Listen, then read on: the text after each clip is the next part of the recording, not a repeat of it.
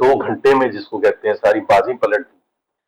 ان کو لیڈ کرنے والے جو ظاہر ہے جو جنرل اسٹاف تھا, ایئر فورس چیف تھے, آرمی چیف تھے, نیول چیف تھے, آرم فورسز یعنی کہ پوری کی پوری. لیکن آرم فورسز میں اگر خاص طور پر ذکر کیا جائے تو it will be unfair not to point out air force, because اب یہ اس قسم کی تو جنگ تھی نہیں کہ جو کہ گراؤنڈ پر لڑی گئی ہو ایز سچ. تو اس وجہ سے, اور میرا خیال ہے اس میں ہمیں جا کے یہ بھی پتہ چلا کہ نیچر آف وار کافی چینج ہو چکا ہے. اور سب میزائل ٹو میزائل, یہاں سے میزائل آپ نے ان کے وہاں ڈالے یا ہماری ایئر فورس نے جا کے مارا. So I think all credit to them. Sir, ابھی بھارتی پروپیگنڈا کو بے نقاب کرنے کے لیے محترم بلاول صاحب کے ساتھ ایک وفد جو ہے اس کو لیڈ بلاول صاحب کریں گے, یہ سب جا رہے ہیں بھارتیوں کو بے نقاب کرنے کے لیے, لیکن اس میں وزیر خارجہ جو اسحاق ڈار صاحب ہیں ان کو نہیں کنسیڈر کیا گیا, بلاول صاحب کو کیا گیا. نو ڈاؤٹ بلاول صاحب کی ایجوکیشن ہے, وہ بولتے بہت اچھا ہیں. کیا حکومت کو اپنے وزیر خارجہ پہ اعتبار نہیں تھا, یا ان کو لگتا تھا کہ ہمارے وزیر خارجہ جن کو ہم نے وزیر خارجہ بنایا ہے ان سے بہتر بلاول صاحب کر سکتے ہیں, جو کہ نو ڈاؤٹ وہ کر سکتے ہیں؟ اس پہ میں آپ کی رائے جاننا چاہوں گی. یہ تو بالکل آپ نے صحیح کہا کہ بلاول بہت اچھے طریقے سے ڈیفینڈ کر سکتے ہیں, پاکستان کا موقف بیان کر سکتے ہیں کمپیئر ٹو اسحاق ڈار صاحب. اور اس کا فرق جو ہے صرف یہ نہیں کہ ان کی انگلش زیادہ اچھی ہے یا وہ بولتے, ظاہر ہے وہ بولتے بھی بہت اچھے ہیں Bilawal, there is no doubt about that. ان کی کمیونیکیشن سکلز زیادہ اچھی ہیں, he's more presentable, کریڈیبل بھی ہیں. لیکن اس کے ساتھ ساتھ ایک بہت بڑا فرق ہے کہ ان کے پاس, بلاول کے پاس وہ انسائٹ ہے انٹو ہسٹری, انٹو پالیٹکس, جو کہ ضروری ہے.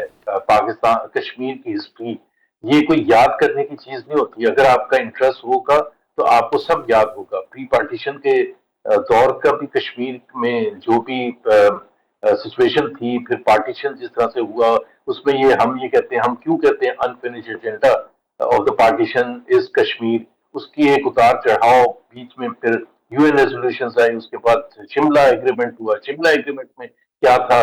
تو وہاں جو خاص طور پر ان جگہوں پر جائیں گے جہاں مثال کے طور پر تھنک ٹینکس ہوں گے امریکہ کے, جہاں بڑے سخت سوال ہوں گے, کوئی آسان کام تو نہیں ہوگا. اور پھر وہاں کے نیٹ ورکس بلاول کا انٹرویو بھی کریں گے, چاہے وہ سی این این دوسرے نیٹ ورکس ہو, بڑے سخت فاکس نیوز ہو, بڑے سخت سوال کیے جائیں گے. اس وقت آپ یہ یاد کر کے نہیں جا سکتے کہ جی میں اچھا کیا کیا ہوا تھا پاکستان انڈیا ریلیشنز سے, کشمیر کا کیا ہوا تھا, اور 65 وار اسٹیلمنٹ میں کیسے اینڈ ہوئی تھی, اس وقت کیا سچویشن تھی, یا 71 یا Kargil and so on and so forth. تو اس کے لیے آپ کی ان ڈیپتھ نالج ہونی چاہیے, جو بلاول کے پاس ہے اور اسحاق ڈار کے پاس نہیں ہے. سر, بلاول صاحب کے ساتھ جو لوگ جا رہے ہیں ان میں ڈاکٹر مصدق ملک ہیں, خرم دستگیر صاحب ہیں, شیری رحمان صاحب ہیں, ہنا ربانی خر, فیصل سبزواری, تہمینہ جنجوعہ, جلیل عباس جیلانی. سر, اتنے لوگ جا رہے ہیں, تقریباً 7 لوگ تو یہ ہیں, 8ویں محترم بلاول صاحب, اور لوگ بھی ہوں گے. کیا اتنے زیادہ لوگوں کا جانا درست ہے, یا یہ کام بلاول صاحب اکیلے جا کے بھی کر سکتے تھے؟ نہیں, اکیلے تو نہیں, میرا خیال ہے ان کے ساتھ ٹیم تو ہونی چاہیے تھی. بٹ یو آر رائٹ, تھوڑی سی زیادہ, بیکاز اس میں ہر پارٹی کو جو کولیشن پارٹنر ہے اس کو بھی ظاہر خوش کرنا ہوتا ہے. تو ایم کیو ایم کی طرف سے فیصل سبزواری بھی ہیں, he is a very good person. But as such اگر ان دا پریزنس آف ہنا ربانی خر فار ایگزامپل, جو کہ فارن منسٹر رہ چکی ہیں اور بہت اچھی بولتی ہیں, جن کو امریکہ میں سب جانتے ہیں, یورپ میں سب جانتے ہیں. اور اسی طرح سے شہری رحمان ہے, پاکستان کی ایمبیسڈر رہ چکی ہیں واشنگٹن میں, she has a very good understanding. Khurram Dastgir جو ہیں, he is outstanding I would say in terms of his knowledge, in terms of his communication, اور ان کی جو اسکل سیٹ ہے وہ بہت اچھی ہے. تو میرا خیال ہے اگر یہ 3-4 تک ہی ہوتے تو زیادہ اچھا ہوتا, کیونکہ باقی پھر کوشچن ہوتا ہے نا کہ باقی کیا کر رہے تھے وہاں. جیلانی صاحب فارمر فارن سیکرٹری ہیں, تو شاید ان کا بھی ہونا ضروری ہے, because ظاہر سی بات ہے there has to be someone from the foreign office. درست. سر, ابھی جو بھارتی وزیر دفاع ہیں راجناتھ سنگھ, انہوں نے آئی ایم ایف کو کہا کہ آپ پاکستان کو جی کوئی قرضہ وغیرہ نہ دیں, کیونکہ یہ تو ٹیرر فائنینسنگ کرتے ہیں. آپ اس بیان کو کیسے دیکھتے ہیں؟ دیکھیں, آئی ایم ایف کا تو یہ کام ہی نہیں ہے ڈٹرمن کرنا کہ کون سا ملک ٹیرر فائنینسنگ کرتا ہے یا نہیں کرتا. یہ exactly this is the reason India بھی ایک ڈیلیگیشن بھیج رہا ہے, جیسے پاکستان ڈیلیگیشن بھیج رہا ہے. اور انڈیا کا جو 1 پوائنٹ ایجنڈا ہے is to prove کہ Pakistan is a terrorist networks ہیں who have been doing terrorist activities in the Indian held Kashmir یا دوسری انڈیا کی سٹیز میں. یہ انڈیا کا 1 پوائنٹ ایجنڈا ہوگا اور انڈیا اس پر بہت اسٹرانگلی کرے گا.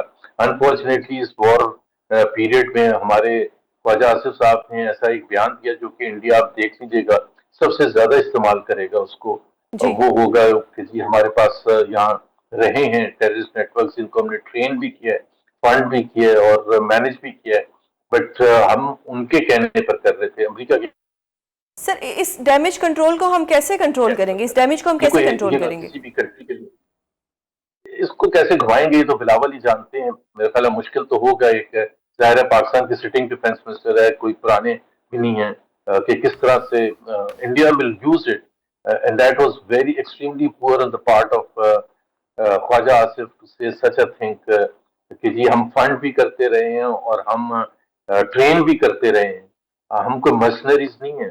ایک تو پہلی بات یہ، پاکستان ایک خود مختار ملک ہے اور آئی ایم ایف کی حد تک تو ہم انٹرفیئرنس برداشت اب کر لیتے ہیں کہ جی کیا کرنا ہے کیا نہیں کرنا فائنینس اور اکانومی کے حوالے سے، لیکن یہ ایکسیپٹ کرنا کہ امریکہ نے کہہ دیا آپ ٹیررسٹ نیٹورکس رکھیں، اور امریکہ کیوں کہے گا کہ آپ کشمیر اسپیسیفک ٹیررسٹ نیٹورکس رکھیں؟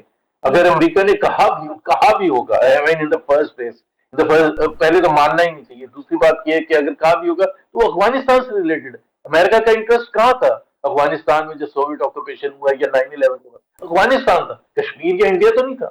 تو آپ یہ ایگری کر رہے ہیں کہ ٹیررسٹ نیٹورک جو جہاں ہیں وہ امریکہ کے کہنے پر ہم نے ان کو فنڈ کیا تھا، ٹرین کیا تھا. That was very poor. اب ظاہر سی بات ہے ڈیپینڈ تو کرنا پڑے گا کسی نہ کسی طرح سے کیسے کرتے ہیں. تو یہ بلاول صاحب اب کریں گے، ہم دیکھیں گے وہ کس طرح سے اس کو ڈیفینڈ کریں گے. سر ابھی جو آئی ایم ایف سے ہم نے قرض لیا اور اس کے دوران جو ٹیکنیکل میٹنگز تھی یا ٹیکنیکل مذاکرات تھے وہ تو گزشتہ ہفتے ہو چکے ہیں. آنے والے ہفتے میں ایک بجٹ پالیسی پہ بات ہونی ہے. اس میں کوئی بڑی شرائط ہوں گی یا عوام کے لیے کوئی دوبارہ کوئی جن آنے والا ہے جو سب کو ہلا کے رکھ دے گا؟ کس طرح سے آپ اس ساری سچویشن کو دیکھتے ہیں کہ قرض تو ہم لے لیں گے لیکن قرض چکانا بھی ہے، پھر کیا ہوگا؟ دیکھیں ایک بات تو آپ بالکل کلیئر کر لیں کہ یہ جو آئی ایم ایف کا پروگرام ہے یہ سب سے سخت، ڈیفیکلٹ اور challenging I M F programme, اور unfortunately 24 I M F programme ہم بھگت چکے ہیں. کوئی اور کنٹری ہوتی تو ظاہر ہے تھوڑی بہت شرم آ رہی ہوتی، لیکن ہم فخر سے بتاتے ہیں کہ ایک اور آئی ایم ایف کی قسط آ گئی ہے. So all through our history last 60 years بھرے پڑے ہیں کہ ہر تھوڑے سالوں کے بعد ہم چاہتے ہیں آئی ایم ایف سے قرضہ لیں گے. نہیں ہے، کوئی اچھی نشانی نہیں ہے. ایک ایسی کنٹری کی نشانی نہیں ہے جو خود مختار ہو، جس نے اپنے اکنامک ایشوز کو اچھے طریقے سے کنفرنٹ کیا اور ریزالو کیا اور لوگوں کی بہتری کے لیے کام کیا. تو ایک تو یہ ہے.